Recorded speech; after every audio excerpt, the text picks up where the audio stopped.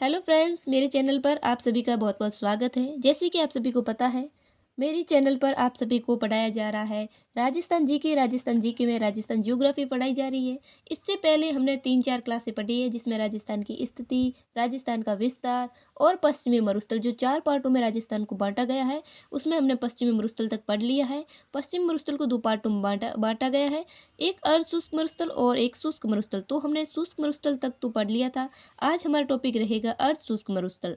राजस्थान का जो पश्चिम मरुस्थल है, उसका दूसरा टॉपिक है अर्धशुष्क मरुस्थल, जिसे आज हम पूरा पढ़ेंगे। हेलो फ्रेंड्स, मैं ये बता दूं आप लोगों को कि जो ये मेरी क्लास है आपको पढ़ने में, इसे पढ़ने में आपको क्या फ़ायदा होगा। तो पहला फ़ायदा ये होगा कि ये जो है ये नोट्स की तरह पढ़ाए जा रहे हैं, इसलिए आपको कोई बुक्स लेने की ज़रूरत नहीं है। क्योंकि जो बुक्स दी जाती है उसमें या तो कुछ चीज़ें होती नहीं है या फिर बहुत ज़्यादा दे दी जाती है, इसलिए उसे पढ़ के हम ईज़िली इतना याद नहीं कर पाते। तो पहला ये आपका और बहुत बड़ा जो आपका फ़ायदा होने वाला ये है कि ये नोट्स है। इसे अगर आप एक बार लिख लेंगे, 2-4 बार पढ़ लेंगे, तो आपको कुछ भी पढ़ने की ज़रूरत नहीं होगी।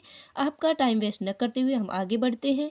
तो प्लीज़ मेरे चैनल को लाइक, शेयर और सब्सक्राइब ज़रूर कर लेना, क्योंकि कंटिन्यू क्लासें आती रहेगी और आप पढ़ते रहना। ये जो मैं नोट्स बना रही हूँ, वही मैं आप लोगों तक पहुँचा रही हूँ, एकदम फ्री में। आप लोगों का कुछ भी नहीं जा रहा। जो बीएसटीसी और पीटीटी के लिए मोस्ट मोस्ट मोस्ट इम्पोर्टेंट है, अगर बिलीव न हो तो एक बार बुक में जाकर देख लेना। बुक से तो ये बहुत अच्छी होगी, कोई कोचिंग संस्था की ज़रूरत भी आप लोगों को नहीं पड़ेगी, यूट्यूब से भी आप पढ़ सकते हैं। तो चलिए क्लास स्टार्ट करते हैं। अर्धशुष्क मरुस्थल। अर्धशुष्क मरुस्थल में हमारे आते हैं बेसिन। ठीक है, कौन कौन से बेसिन आएंगे हम सब पढ़ेंगे। उसमें हमारे आए थे बालू का स्तूप, और इसमें है हमारे बेसिन। बेसिन में हमारा पहला बेसिन आता है घग्गर बेसिन। घग्गर बेसिन को सामान्यतः पात कहते हैं। बीएसटीसी में ऐसे छोटे छोटे और डायरेक्ट क्वेश्चंस पूछे जाते हैं कि पात क्या है।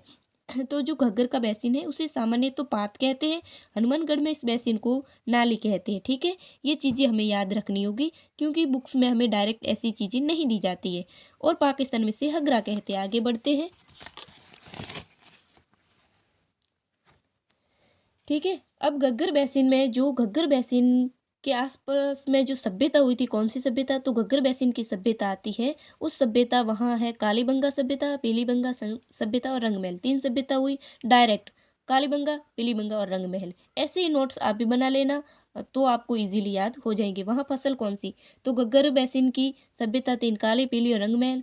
फसल वहाँ पे चावल होती है। प्रवाह, घग्गर बेसिन जो है वो कहाँ कहाँ तक फैला हुआ है। बेसिन यानी कि जो नदी से बना हुआ मैदान होते हैं उसे बेसिन कहते हैं। तो ये जो बेसिन है इसमें फसल होती है चावल, और इसका प्रभाव कहाँ कहाँ तक है, तो हनुमानगढ़ से ये गंगानगर से अनूपगढ़ तक ये फैला हुआ है। ठीक है, तो घग्गर बेसिन इतना ही था। तीन तीन तो पॉइंट है, आपको इजीली याद हो जाएगी। अगला बेसिन हमारा आता है शेखावाटी बेसिन। शेखावाटी बेसिन में जो जिले कौन से हैं, तो शेखावाटी बेसिन में जिले चूरू, झुंझुनू, सीकर और नीमका थाना याद रह जाएंगे। 4 जिले चूरू, झुंझुनू, सीकर और नीमका थाना। यहाँ की प्रमुख नदी कांतली नदी, जिसे जिसे भागीरथी नदी भी कहते हैं। शेखावाटी मैदान की इसे भागीरथी नदी भी कहते हैं। तो ये चीज़ें बहुत इंपॉर्टेंट है, ऐसी बुक्स में नहीं दी गई है। यहाँ पे सभ्यता कौन सी हुई, यहाँ पे सभ्यता हुई गणेश्वर सभ्यता, जिसे ताम्रयुगीन सभ्यता की जननी कहते हैं। और इस सभ्यता को अंतःस्थलीय बेसिन भी कहते हैं। तो ऐसे भी बोला जाता है कि अंतःस्थलीय बेसिन किस बेसिन को कहते हैं, तो शेखावाटी बेसिन को कहते हैं। यहाँ की जो बोली है वो तोरावाटी बोली है। ठीक है, 4 पार्ट में बांटा गया है। पहले घग्गर हो गया, शेखावाटी बेसिन हो गया। आगे हमारा आता है नागौरी उच्च भूमि बेसिन। ये नागौरी उच्च भूमि क्या है, ये एक पहाड़ है, ऐसे पहाड़ जैसा है, जिसे कहते हैं, जिसकी ऊंचाई कितनी है, 300 से 500 मीटर इसकी ऊंचाई है। कौन कौन से क्षेत्र आते हैं, तो इसमें आता है मकराना क्षेत्र, जायल क्षेत्र और मांगलोद।